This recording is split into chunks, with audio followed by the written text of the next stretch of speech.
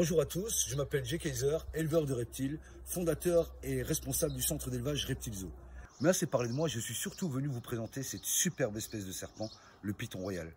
Mais avant tout, n'oubliez pas de cliquer sur le pouce sous le lecteur vidéo et de vous abonner à la chaîne. N'hésitez pas non plus à laisser un petit commentaire en fin de vidéo, ça fait toujours plaisir. Le nom du python royal, Python regius en latin, proviendrait, selon la légende, des habitudes assez originales vestimentaires qu'avait la grande reine d'Égypte Cléopâtre.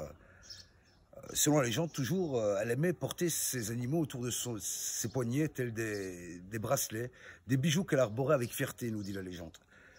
On le connaît aussi sous le nom de python bull, ball python en anglais, en raison de sa tendance à se mettre en boule lorsqu'il se sent menacé. Je sais que ce n'est pas forcément évident sur un animal qui n'a pas peur, mais si l'animal se sentait en danger, il se mettrait en boule un petit peu comme ceci. Voilà. On le retrouve exclusivement sur le territoire africain, dans une bande de répartition qui va du Sénégal au Libéria, jusque sur la droite à la République du Congo et à l'ouest de l'Ouganda.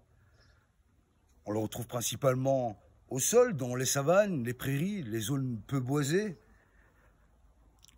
C'est un nocturne qui craint la lumière et les fortes températures. Donc dans son milieu, il passe le plus clair de son temps caché dans le sous-sol. Un terrier qui aura par exemple volé un mammifère, n'importe quelle structure souterraine qui peut lui servir d'abri. Et même les termitières, ces structures qui peuvent être énormes, jusqu'à 2,50 m d'auteur et 9 mètres de diamètre. Voilà, donc tout ce qui va lui permettre de garder une bonne hygrométrie et une température supportable, parce qu'il peut faire très chaud là d'où il vient.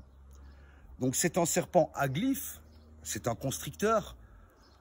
Donc aglyphe, il n'est pas venimeux, et c'est un constricteur par opposition au serpent venimeux. Donc pour mettre ses proies à mort, il n'utilise pas ses dents qui lui servent juste à tenir la proie. Comme vous pouvez le voir, la dentition de l'animal. On voit ici la glotte qui s'ouvre ici, l'organe respiratoire, qui lui permet de pouvoir respirer pendant qu'une proie est dans sa gueule. Donc ça peut durer un certain temps vu les tailles des proies qui sont souvent volumineuses. Donc pendant tout ce temps, il peut respirer. Voilà, donc c'est très bien de pouvoir voir l'organe respiratoire et les dents.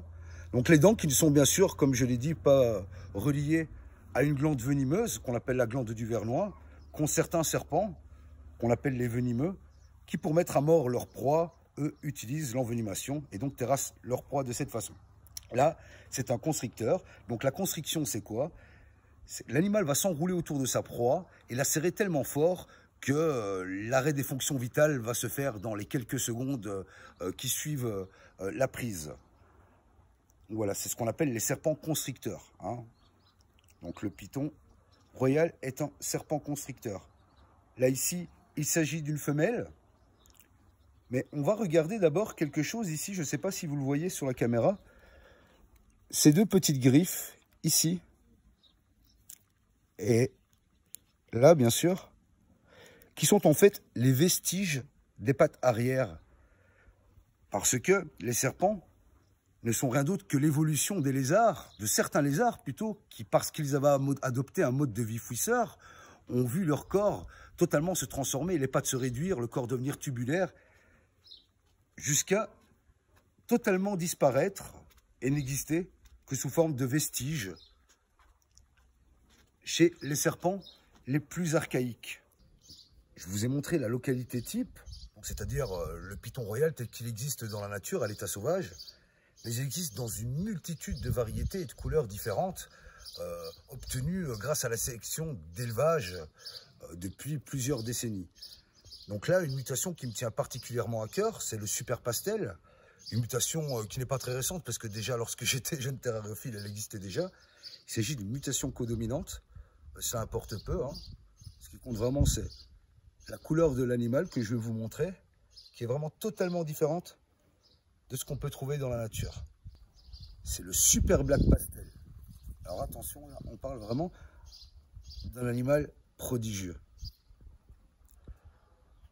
Donc c'est également une mutation codominante, c'est-à-dire que lorsqu'on mélange deux spécimens porteurs de cette mutation, les bébés qui en sortent sont comme ceci.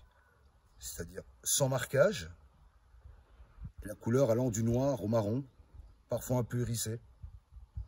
Une très belle mutation.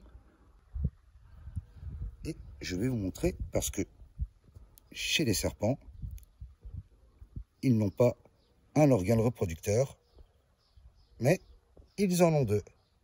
Vous voyez? Là, on voit bien les deux hémipénis du serpent. On les appelle hémipénis. Et il y en a deux. Selon la position que le serpent a, il va sortir l'un ou l'autre. Il n'utilise jamais les deux en même temps. C'est important de le savoir. Donc voilà, je vous ai présenté deux mutations de Python Royal. Et le Python Royal, j'espère que cette présentation vous aura plu. Et n'oubliez pas de cliquer sur le pouce sous la vidéo et de vous abonner à la chaîne. N'hésitez pas non plus à laisser un petit commentaire.